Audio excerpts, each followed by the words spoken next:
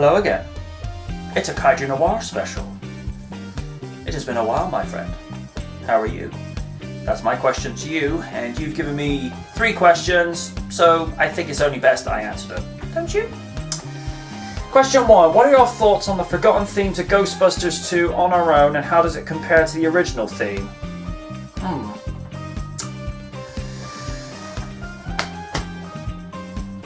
That is an interesting question.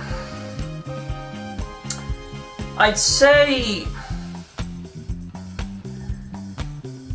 in terms of the feel of the song, it's got a very different vibe and flavor to what we had with Ray Parker Jr.'s original theme from 1984, which a lot of people, and even Huey Lewis himself, will claim that it's plagiarizing his song "I Want a New Drug." And if you actually hear parts of the song, you can sort of think, yeah, okay, I can see where you're coming from there. I'd say On Our Own has when I say a slightly younger vibe, it's got a very fresh feel to it. Whereas the early to mid 80s was getting away from the very grungy rock of the 1970s. By the time we started moving to the late 80s and into the early 90s, R&B and rap was really starting to become a little bit more popular. As such, with Bobby Brown's "On Our Own," which honestly I think is one of his better songs. I don't know why this one is forgotten compared to the original theme, because both of them are good for different reasons, but are good equally. I don't know why people don't remember this one too well. And it's another thing why I never understand to this day why people narc on Ghostbusters 2 so much. I mean, right, Ghostbusters 2 was probably a little bit more family friendly, but it was still a good movie. So I don't understand why people narc on it. I really don't, because at the end of the day, we had a second Ghostbusters movie, and technically a third, with the Ghostbusters game, which, according to Random DCE, where he got his information from, the script that Aykroyd and Ramis handed in for the game, that was going to be for the third movie. So think about that for a second. Question 2. Why do you think movie tie-in songs are no longer a thing? That is a really good question. Something I'd like to see happen again. I mean, Back to the Future, as an example, with Back in Time, Hold Me, Thrill Me, Kiss Me by U2 for Batman Forever, and Kiss from a Rose for Batman Forever as well, and Hero for the first Spider-Man movie. I really don't get why they don't do movie tie-in songs anymore.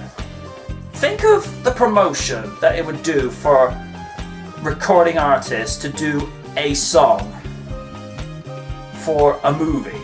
Now, I know movie soundtracks, like, for example, from Man of Steel, the track title that says, "What are you going to do when you're not saving the world?" That is a great track. That in its own right is a monumental music piece.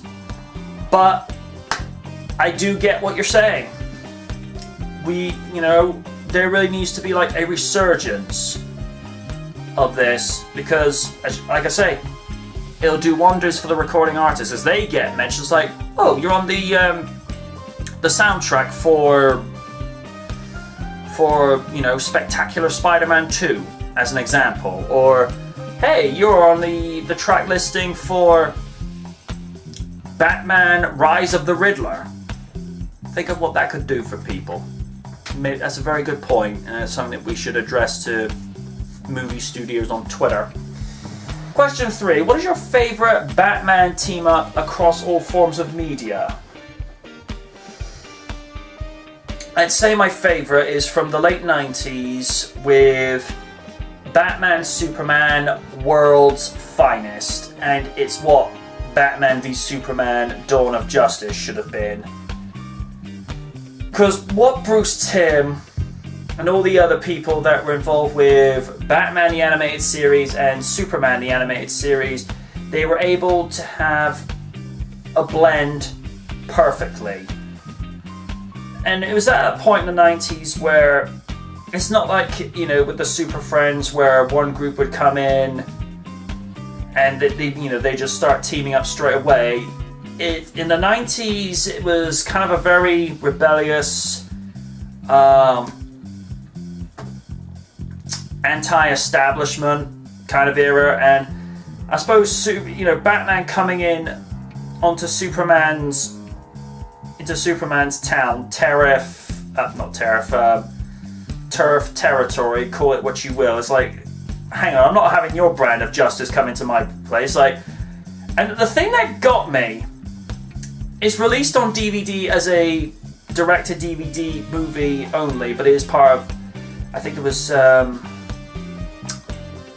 season 2 opener, because they were trying to think of a way to get Batman, you know, the new adventures of Batman and Robin brought back in. And Superman says something that it makes me think now. He says, I won't allow vigilantism in my town. It's like, yeah, aren't you doing the same exact thing? Because you're not answering. You know, you're taking the law into your own hands with everything that you do.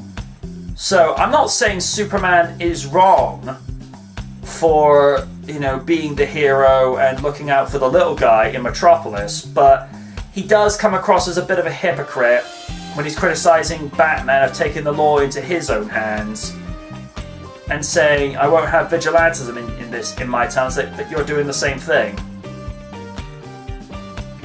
But yeah, the other one that comes real close is Batman Superman Public Enemies, which is a direct-to-DVD movie. I think it was back in 2009, and very well structured story. The animation and visuals are gorgeous, and you know, the fact that you had Kevin Conroy and Tim Daly reprising the roles as Batman and Superman respectively, it made it all the much better. So those are my favourite Batman Superman crossovers. So those have been your 3 questions for this week. You know how this shtick works by now. If you're watching this on Facebook, dynamicnight.com, or YouTube, then leave a question in the comment section below. But if you want to tweet me a question to my Twitter, there's the link in the outro. But until again, folks, ask again.